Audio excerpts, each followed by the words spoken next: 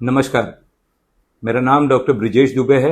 मैं एक advance laparoscopic और रोबोटिक सर्जन हूँ। मेरा कोर प्रैक्टिस हर्निया और बेरियाट्रिक सर्जरी है। What is gall bladder surgery? Hello दोस्तन, आज हम बात करने वाले हैं एक बहुत ही कॉमन मेडिकल प्रोसीजर के बारे में, गॉल ब्लैडर सर्जरी, जिसे हम चोलेसिस्टेक्टमी भी कहते हैं। अगर आपको गॉल ब्लैडर स्टोन्स, इन्फेक्शन या कोई और प्रॉब्लम है तो डॉक्टर आपसे सर्जरी रेकमेंड कर सकते हैं। तो चलिए स्टेप बाय स्टेप समझते हैं गॉल ब्लैडर क्या होता है, क्यों सर्जरी होती है, किस तरह की सर्जरीज अवेलेबल हैं और सर्जरी के बाद क्या ध्यान रखना चाहिए। गॉल ब्लैडर क्या होता है, सबसे पहले समझते हैं गॉल ब्लैडर क्या होता है और इसका काम क्या है। गॉल ब्लैडर एक छोटा सा पियर शेप्ड ऑर्गन होता है जो लिवर के नीचे होता है। इसका काम बिले पिट्टारास को स्टोर करना होता है जो फैट डाइजेशन में मदद करता है। लेकिन जब गॉल ब्लैडर में स्टोन्स, पिट्टी की पेथरी या इन्फेक्शन हो जाए तो ये दाढ़, नौजिया और डाइजेशन प्रॉब्लम्स कॉज करता है और ऐसे केसेस में gall bladder removal surgery recommend की जाती है। गॉल ब्लैडर सर्जरी क्यों होती है? अब सवाल उठता है, गॉल ब्लैडर सर्जरी क्यों जरूरी होती है? कॉमन रीजंस: गॉल स्टोन्स, पिट्टी की पाथरी, ये स्टोन्स गॉल ब्लैडर या बिले डक्ट को ब्लॉक कर देते हैं। कोलेसिस्टिटिस, गॉल ब्लैडर इन्फेक्शन होने पर सीवियर पेन, फीवर और नौजिया हो सकता है। बिले डक्ट ब्लॉकेज, ये सीरियस कॉम्प्लिकेशंस का रीजन बन सकता है। Gall bladder cancer, rare cases, अगर कैंसर डिटेक्ट हो जाए तो सर्जरी जरूरी होती है। अगर आपको frequent gall bladder pain, vomiting, fever या डाइजेशन इश्यूज हो रहे हैं तो डॉक्टर आपसे सर्जरी डिस्कस कर सकते हैं।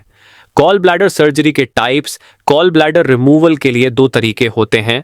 एक लेप्रोस्कोपिक चोलेसिस्टेक्टमी, मिनिमल इन्वेसिव, ये सबसे कॉमन और सेफ सर्जरी है। 3 से 4 छोटी कट्स की मदद से कैमरा और टूल्स इंसर्ट किए जाते हैं, पेशेंट जल्दी रिकवर करता है और हॉस्पिटल स्टे कम होता है। तो ओपन चोलेसिस्टेक्टमी, ट्रेडिशनल सर्जरी, जब इन्फेक्शन सीवियर हो या लैप्रोस्कोपिक सर्जरी पॉसिबल ना हो तब ये की जाती है। एक बड़ा कट दिया जाता है, रिकवरी टाइम थोड़ा ज़्यादा होता है। डॉक्टर्स ज़्यादा केसेस में लैप्रोस्कोपिक सर्जरी ही रेकमेंड करते हैं क्योंकि ये कम पेनफुल और फास्ट रिकवरी वाली सर्जरी होती है। सर्जरी का प्रोसेस स्टेप बाय स्टेप। अब समझते हैं गॉल ब्लैडर सर्जरी का पूरा प्रोसेस कैसे होता है।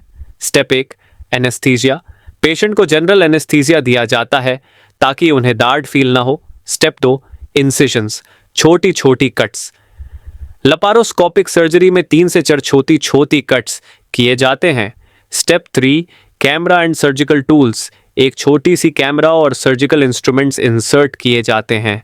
Step 4, gall bladder removal, gall bladder को सेफली रिमूव कर दिया जाता है। स्टेप 5, इंसिजन्स क्लोज करना, स्टिचेस या ग्लू से कट्स को क्लोज कर दिया जाता है। ये प्रोसीजर सिर्फ 30 से 7 मिनट का होता है और पेशेंट 1 दिन में घर जा सकता है। सर्जरी के बाद रिकवरी और डाइट: सर्जरी के बाद पेशेंट को कुछ दिनों तक ध्यान रखना होता है।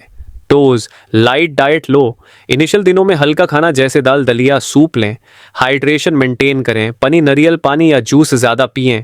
थोड़ा मूवमेंट रखें, ज़्यादा रेस्ट ना करें, धीरे धीरे चलना शुरू करें। डोंट्स: ऑयली या हेवी फूड अवॉइड करें, बिना गॉल ब्लैडर के हेवी फूड्स डाइजेस्ट करना मुश्किल होता है। हेवी एक्सरसाइज ना करें, 3 से 4 हाफ तक वेट लिफ्टिंग अवॉइड करें। अल्कोहल और जंक फूड से दूर रहें, ये डाइजेशन प्रॉब्लम्स क्रिएट कर सकते हैं। यूजुअली 1 महीने के अंदर पेशेंट नॉर्मल लाइफ रिज्यूमे कर सकता है। क्या गॉल ब्लैडर के बिना जीवन नॉर्मल होता है? बहुत लोग पूछते हैं, क्या गॉल ब्लैडर के बिना नॉर्मल लाइफ जी सकते हैं? बिल्कुल। लिवर बिले डायरेक्टली स्मॉल इंटेस्टाइन में भेजता है तो डाइजेशन प्रोसेस में कोई मेजर दिक्कत नहीं होती। बस इनिशियल डेज में फैटी और स्पाइसी फूड कंट्रोल करना जरूरी होता है।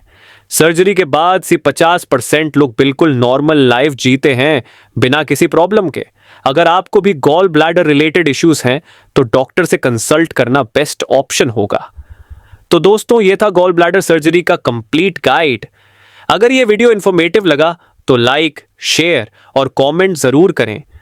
और अगर आप हेल्थ से रिलेटेड ऐसे ही और भी यूजफुल वीडियोस देखना चाहते हैं तो चैनल को सब्सक्राइब करें। मिलते हैं एक नए इंफॉर्मेटिव वीडियो के साथ। तब तक हेल्थी रहिए, सेफ रहिए।